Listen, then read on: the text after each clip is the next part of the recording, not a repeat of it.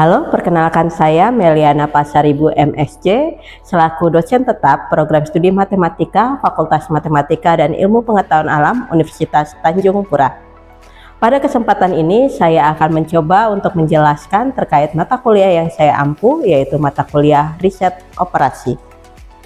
Mata kuliah Riset Operasi ini ditujukan untuk mahasiswa semester 5 dengan kode mata kuliah MPM 3131 dengan bobot SKS 2 SKS, di mana 1 SKS teori dan 1 SKS praktikum.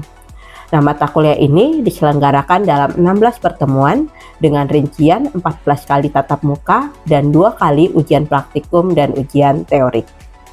Mata kuliah ini memberikan pengenalan lanjut tentang konsep, manfaat, tujuan dari riset operasi sebagai alat bantu pengambilan keputusan yang rasional dan optimal dalam sistem yang kompleks.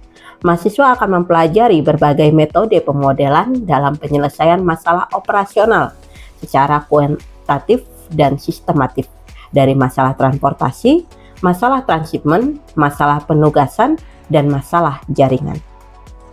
Melalui sesi teori, mahasiswa akan memahami bagaimana prinsip dasar dan model matematika dibalik dari setiap metode atau masalah riset operasi. Nah, dalam sesi praktikum, mahasiswa akan mengimplementasikan bagaimana penyelesaian masalah dengan bantuan perangkat lunak atau perhitungan manual untuk mendapatkan solusi optimalnya. Adapun capaian pembelajaran lulusan dari mata kuliah ini meliputi CPL 1, CPL 2, CPL 3, CPL 4, CPL 5, dan CPL 6, di mana semuanya itu tertuang di dalam RPS yang telah divalidasi oleh koordinator program studi. Capaian pembelajaran mata kuliah yang diharapkan dari mata kuliah ini antara lain CPMK 1, mahasiswa mampu untuk membangun pemodelan dari masalah transportasi berdasarkan asumsi-asumsi yang telah disusun dan menerapkannya dalam bentuk simulasi permasalahan. CPMK 2, mahasiswa mampu mencari solusi masalah transportasi dengan atau tanpa bantuan peranti lunak. CPMK ketiga, mahasiswa mampu mencari solusi dari model transportasi dengan berbagai metode yang telah dipelajari serta mengkomunikasikannya secara lisan maupun tertulis dengan tepat dan jelas. CPMK 4, mahasiswa mampu menguasai metode sebagai dasar ilmu matematika yang digunakan untuk mencari solusi masalah jaringan. CPMK 5, mahasiswa mampu menguasai konsep pembuatan tabel sebagai dasar ilmu matematika yang digunakan untuk mencari solusi masalah transportasi, masalah penugasan, dan masalah jaringan. CPMK 6, mahasiswa mampu mengadaptasi dari permasalahan yang real seperti di bidang industri, pertanian, teknik, biologi, ataupun bidang lainnya ke masalah transportasi, masalah transshipment, masalah penugasan, serta masalah jaringan. 3 komponen utama dalam pembelajaran ini adalah delivery, interaction, dan assessment. Untuk delivery, saya telah memberikan materi dan RPS yang tentu saja dapat diunduh langsung oleh mahasiswa di satu data untan, Edlink, serta melalui presentasi interaktif secara tatap muka untuk dapat mendukung pemahaman mahasiswa. Materi yang saya sampaikan didukung dengan video pembelajaran yang dapat mahasiswa akses melalui Edlink maupun langsung ke dalam video YouTube. Interaction pada mata kuliah ini melibatkan interaksi 2 arah antara dosen dan mahasiswa berupa diskusi, tanya jawab, dan kolaborasi. Assessment ataupun sistem penilaian yang saya lakukan dalam mata kuliah riset operasi ini mencakup asesmen formatif untuk penilaian proses yang dilakukan melalui kuis, tugas, proyek individu, dan proyek kelompok. Selanjutnya, asesmen sumatif berupa ujian tengah semester dan ujian akhir semester. Model pembelajaran yang digunakan pada mata kuliah ini adalah cooperative learning dan case-based learning dengan metode presentasi interaktif, demonstrasi, tugas individu, dan tentu saja tugas kelompok.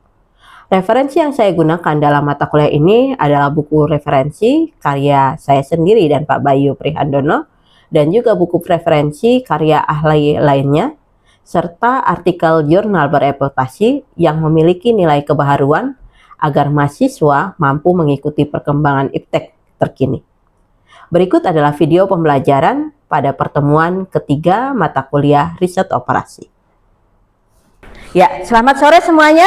Sore, Ibu. Ya, selamat datang kembali di mata kuliah riset operasi dengan kode-nya adalah MPM 3131. Sebelumnya bagaimana kabar kalian hari ini? Wah, syukurlah, semoga semuanya senantiasa di dalam lindungan Tuhan dan senantiasa dijaga kesehatannya. Amin. Nah, hari ini kita akan belajar kembali terkait dengan masalah transportasi. Nah, seperti apa yang Ibu jelaskan pada pertemuan lalu, masalah transportasi itu adalah masalah distribusi yang bertujuan untuk mengalokasikan barang dari sumber ke beberapa tujuan. Jadi dari sejumlah sumber ke beberapa tujuan. Nah, di pertemuan sebelumnya kita sudah membahas terkait dengan bagaimana cara untuk membuat masalah transportasi tersebut ke dalam model transportasi. Dan kita juga sudah mempelajari bagaimana cara untuk menyelesaikan masalah transportasi tersebut dengan menggunakan metode transportasi. Kalian masih ingat ada 3 tahapan dari metode transportasi. Apa saja? Ya, penentuan solusi awal, baru yang kedua? Bagus sekali. Baru yang ketiga? Wah, ternyata kalian semua mengerti ya, paham ya? Ya, terima kasih atas jawabannya. Ya, tetapi masihkah kalian ingat kapan suatu solusi awal itu dikatakan layak atau visible? Adakah yang bisa menjawab? Ya, Juleha ya? Barang yang dialokasikan lebih kecil dari persediaan. Setelah itu jumlah barang yang dialokasi harus lebih besar atau sama dengan permintaan. Baik sekali, tetapi masih kurang lengkap. Adakah yang mau mencoba untuk melengkapi jawaban dari Juleha? Ya, Alex silahkan. Selain dengan 2 syarat yang disebutkan, masih ada 2 syarat yang lainnya. Yang pertama yaitu kendalanya harus negatif. Lalu yang kedua, jumlah baris ditambah jumlah kolom dikurangi 1 harus sama dengan banyaknya solusi. Ya, baik sekali. Tetapi berarti ada 4 ya tadi ya. Nah, bagaimana ketika banyaknya baris ditambah banyaknya kolom dikurang 1 tidak sama dengan banyaknya solusi? Harus ditambah dengan variabel baru, yaitu variabel dummy. Ya, tepat sekali. Kita tambahkan dengan variabel baru atau variabel dummy. Nah, betul sekali. Nah, ada 3 metode yang dapat kita gunakan untuk menyelesaikan atau menentukan solusi visible awal. Apa saja ya? Yang pertama, sudut barat laut. Yang kedua, biaya terkecil. Yang ketiga, ya, FAM. Hari ini kita akan membahas dengan menggunakan metode FAM atau Vogel Approximation. Nah, tetapi sebelumnya silahkan kalian melakukan presensi dulu. Untuk kode presensinya sudah Ibu bagikan di Adlink. Nah, silahkan kalian buka Adlinknya dan melakukan presensi.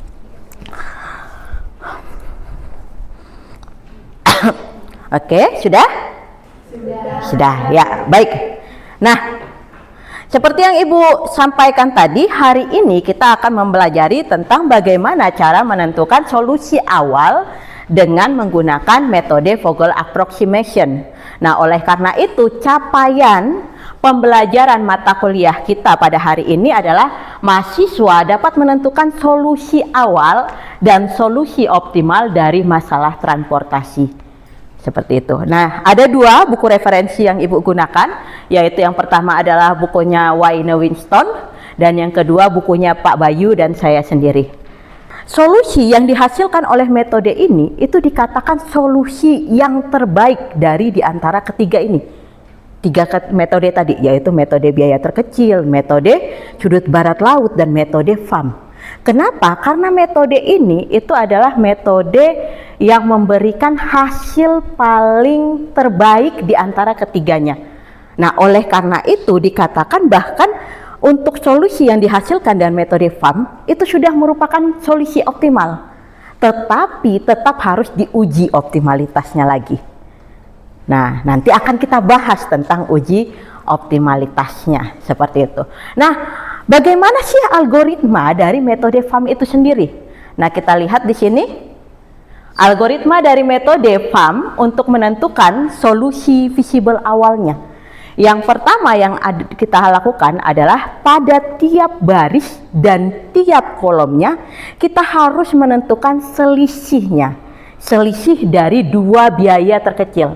Berarti kita lihat ada dua biaya terkecil baru kita kurangkan. Nah, itulah yang kita sebut dengan penalty cost.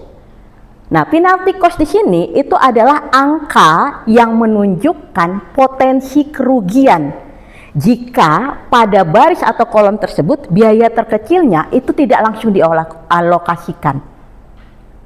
Nah, oleh karena itu nantinya di langkah kedua berarti kita harus melihat potensi kerugian terbesar itu di mana, gitu kan? Nah, makanya di langkah kedua kita lihatlah dari hasil baris dan kolom pada langkah pertama, kita tentukanlah selisih yang terbesar.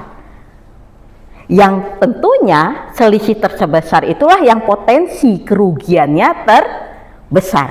Nah, oleh karena itu, itulah yang harus kita pilih. Nah, bagaimana Bu jika misalkan ternyata ada dua biaya terkecil, ada dua selisih terbesar. Nah, salah Ibu. Selisih terbesar. Nah, maka kita pilih secara sembarang. Nah, pada selisih terbesar tadi kita lihatlah biaya terkecilnya yang mana. Nah, di sel pada biaya terkecil itu kita alokasikanlah sebanyak mungkin, tetapi tentunya memenuhi minimum dari SI dengan DJ, di mana SI-nya adalah persediaan, DJ-nya adalah permintaan.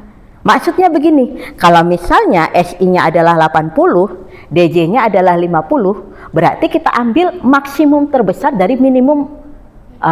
Ya, kita minimumkan 80 dengan 50. Yang mana berarti kita ambil? 50. Seperti itu. Nah, berarti pada sel tersebut itu kita alokasikan 50. Nah, kemudian kita kurangkanlah persediaan dengan permintaannya dengan 50 dan 50 tadi. Jadi yang di bawahnya itu persediaannya kita kurangkan 50, yang di sininya permintaannya kita kurangkan 50. Kemudian baris yang memperoleh atau kolom yang memperoleh sisa 0 baru kita coret. Nah, bagaimana Bu ketika baris dan kolomnya itu kita coret bersamaan? Nah, ketika kita coret bersamaan, maka berarti kita tambahkanlah variabel dummy. Seperti itu. Nah, setelah itu kita lakukanlah 1 sampai 3 berulang kali. Sehingga permintaan atau persediaannya itu semuanya terpenuhi. Nah, pertanyaannya Bu, kapan dikatakan semua permintaan dan persediaan terpenuhi?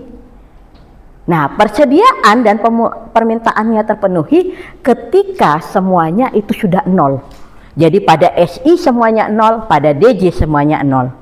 Berarti maka alokasinya sudah terpenuhi. Oke, dari 4 ini apakah ada yang ingin ditanyakan? Cukup jelas? Jelas ya. Kalau jelas kita coba untuk langsung masuk ke dalam contoh kasusnya ya. Nah, di sini ada contoh soal. Di dalam contoh soal dikatakan suatu perusahaan semen mempunyai 3 pabrik di 3 tempat yang berbeda, yaitu PW, PH, dan PP. Berarti mereka memiliki 3 sumber, gitu ya. Dan kapasitasnya masing-masing PW 90 ton per bulan, PH 60 ton per bulan, PP 50 ton per bulan. Di mana produk semen yang dihasilkan dikirim ke 3 lokasi penjualan, yaitu gudang A, gudang B, dan C. Di mana gudang A mempunyai permintaan 50, gudang B memiliki permintaan 110, dan gudang C memiliki permintaan 40. Berarti ada berapa tujuan? 3, betul sekali. Nah, ongkos angkut atau ongkos biayanya di situ dari masing-masing pabrik ke lokasi penjualan itu adalah sebagai berikut. Nah, pertanyaannya, bagaimana cara perusahaan mengalokasikan pengiriman semen dari ketiga pabrik ke 3 lokasi penjualan agar biaya pengiriman minimum? Nah, soal ini akan kita coba selesaikan dengan menggunakan metode FAM. Nah, tetapi kita ingat untuk menyelesaikan suatu permasalahan terkait optimasi, kita harus memodelkannya terlebih dahulu. Baik itu ke dalam model optimasi maupun ke dalam model transportasi. Nah, adakah di sini yang mau mencoba untuk memodelkannya ke dalam model transportasi? Oke, silahkan Tegar.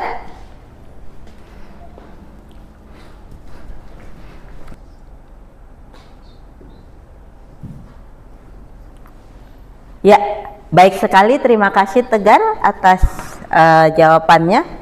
Nah, kita perhatikan ini di sini dulu tabel yang telah digambarkan oleh Tegar. Kita lihat banyaknya sumber itu ada 3, yaitu pabrik W, pabrik H, dan pabrik P. Dan kita lihat di sini tadi ada gudang A, gudang B, dan gudang C sebagai tujuan. Dan kita lihat di sini untuk banyaknya persediaan ketika kita jumlahkan hasilnya adalah 90 tambah 60 150, 150 tambah 50 200. Oke, banyak ya permintaan. 50 tambah 110 ditambah 40 200. Oke, ternyata banyaknya permintaan itu sama dengan banyaknya persediaan. Nah, maka tabel ini kita katakan tabel seimbang. Nah, pertanyaannya sekarang bagaimana ketika banyaknya permintaan tidak sama dengan banyaknya persediaan? Adakah yang bisa menjawab? Ya, silahkan Firlia. Nah, begitu Bu, ada 2 kondisi. Kondisi pertama itu ketika permintaan lebih besar dari persediaan, maka kita menambahkan baris dummy. Namun kalau permintaan itu kurang dari persediaan, maka kita menambahkan kolom dummy. Baik sekali jawabannya ya. Jadi masih ingat tadi langkah-langkahnya apa? Kita coba untuk menyelesaikannya. Berarti yang pertama tadi adalah kita mencari selisih dari masing-masing baris dan kolom. Berarti di sini kita cari selisihnya dan di sini kita cari juga selisihnya.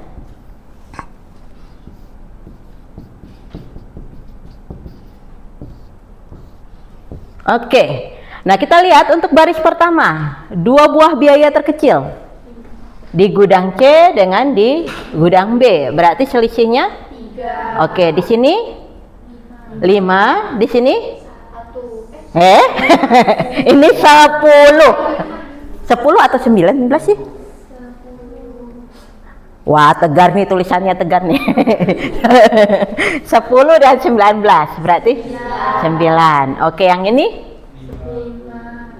5. Yang ini 5, yang ini 2. Oke, nah sudah kita lihat selisihnya. Nah, berarti inilah potensi kerugiannya. Nah, oleh karena itu di langkah kedua kita lihatlah potensi kerugian terbesarnya terletak pada 9, betul, di pabrik P. Nah, di pabrik P kita lihatlah biaya terkecilnya. Biaya terkecilnya terletak di mana? Gudang B. Ya.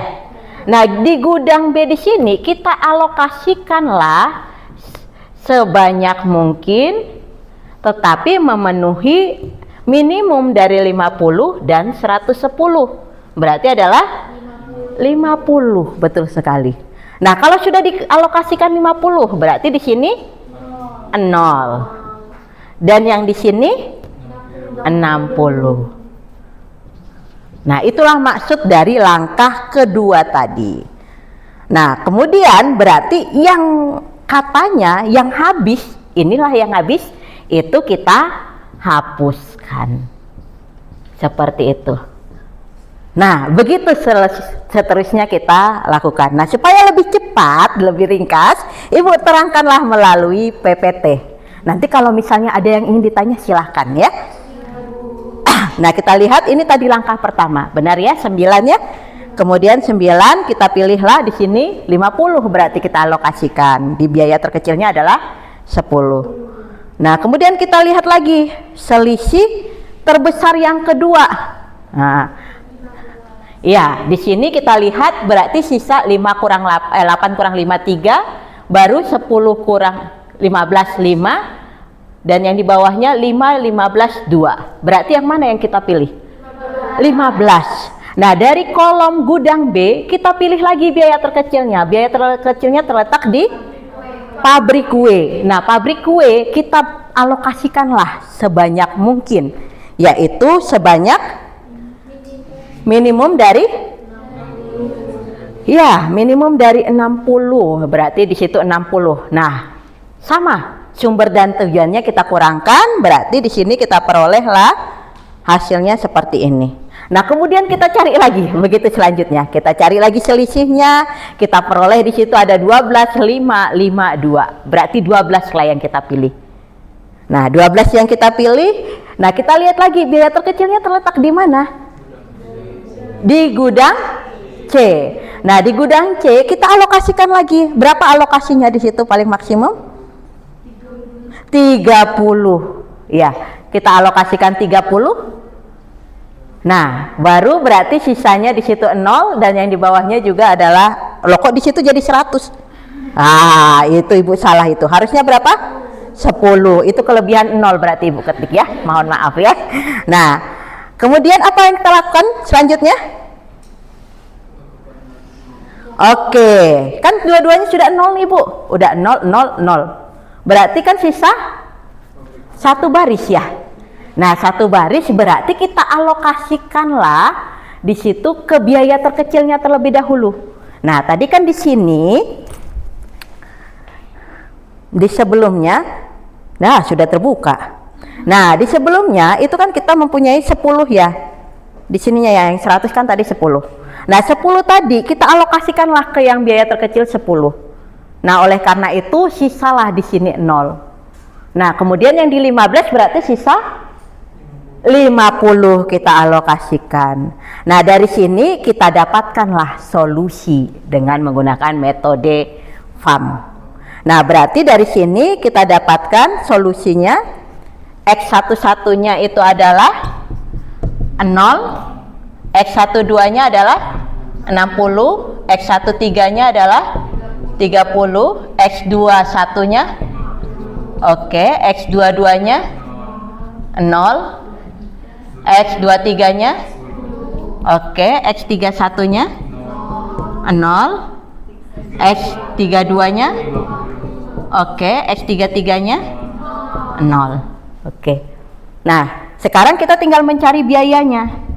Biayanya itu berarti kita kalikan biaya dari sumber ketujuannya, kita kalikan dengan alokasinya. Berarti 0 kita kalikan 20 ditambah 60 kali 5, wah, ditambah 30 kali 8, baru ditambah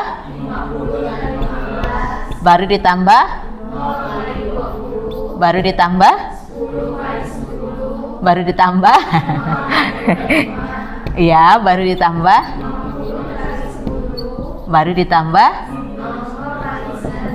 Nah, itulah biayanya. Berarti jumlah biayanya itu adalah 1.890.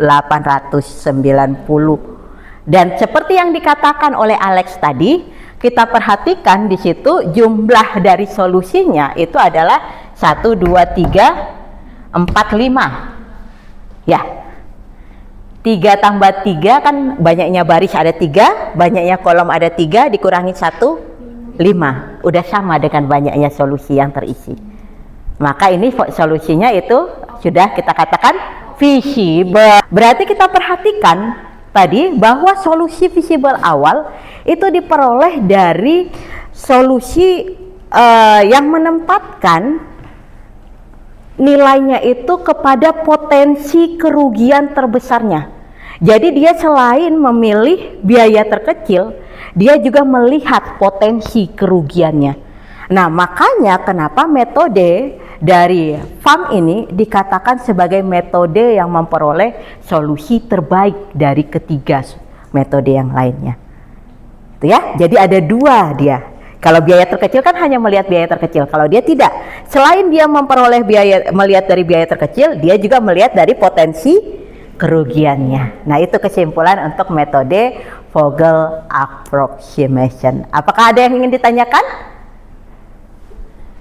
Ada? Ya, silakan Hadiah. Jadi saya menanya Bu, kan sebelumnya kan kita ada pelajari metode yang lain seperti barat laut, biaya terkecil, sama farm ini kan. Nah, kenapa dari misalnya kita ngerjain ini yang sama tapi dengan metode biaya terkecil atau barat laut hasilnya bakal berbeda daripada metode yang ini? Oke, nah sebelum Ibu menjawab, adakah yang ingin mencoba membantu Ibu untuk menjawab pertanyaan dari teman kita? Oke, silakan Gina.